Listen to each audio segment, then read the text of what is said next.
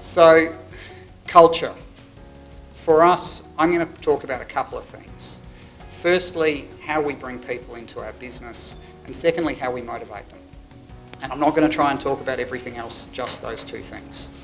So it's really important to start with everybody is different.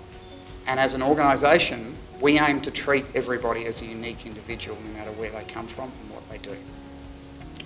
So when we get into it, what do we look for in a person? We look for someone who's intelligent. We look for someone who is ambitious.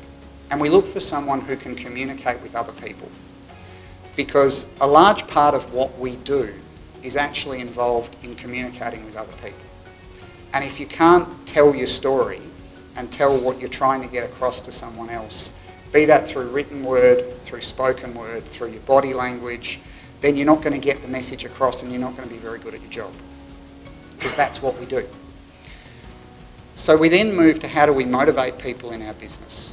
And we motivate people in our business by communicating. And we aim to over-communicate. We never achieve it, and we probably never will, but we aim to over-communicate. There is no secrets in our business. There are no secret squirrels. There are no special clubs. Everyone can know everything. Whether you're the first person in the door on day one, or you've been there for 35 years.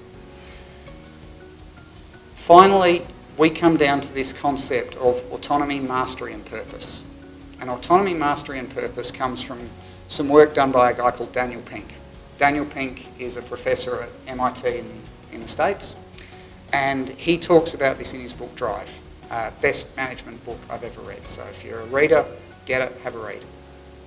So what do they mean? And I'll start with autonomy. And here I'll say something that's probably controversial. We don't want people in our business to be accountable. We want people in our business to be responsible. Because if you're accountable, you have to be accountable to someone else. And that someone else is going to be really frustrated with having to hold you to account all the time. If you are responsible, you take responsibility for the things that need to be done and you get on with it and you do it. And so in our business, we never talk about accountability. We talk about responsibility. And with responsibility, you are able to be autonomous. You're able to start to take control over what you do. You're able to have freedom to make decisions that you want to take, and you're able to be in control of what you do. So the second part is about mastery. Anyone who comes into our business needs to be learning, continually learning. And there's a lot of evidence and research that's been done that shows that if you are learning a new skill, your brain is connecting new neural pathways. And getting those neural pathways opened actually helps you to learn and to do the things you already know how to do faster, more efficiently and better. So learning is a key part of getting to be a better person as an all-rounder. And that doesn't mean that you have to be learning about what you're doing in your job. It means that you have to be learning a new skill. So some of the people in our organisation are learning the guitar and we support them. Some are learning about plants because they're interested in it. We all are trying to learn something new, and it's really important that we are always learning.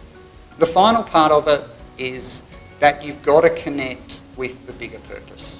So there has to be more than just coming to work and we're here to make a profit, people. That's all we're here to do.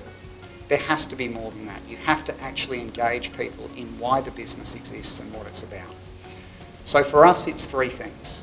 We're a people business, and we've got to enjoy the people we work with, and we've got to have fun together. Without that, it's not worth coming. We're a project business. We do things, people come and work for us because they like working on interesting, challenging projects. If we don't have interesting, challenging projects that are keeping people engaged, then they're not going to want to keep coming. And the final part of it is that we're a client-based organisation.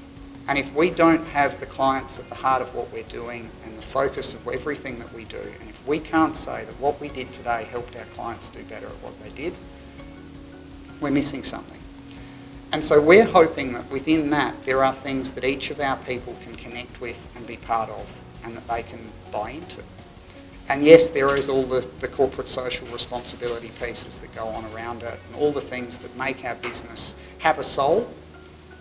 But at the end of the day, we need our people to connect with why we're there. So for us, it's really simple. Employ good people in the first place and motivate them to be the best that they can be. And you get a culture that is positive.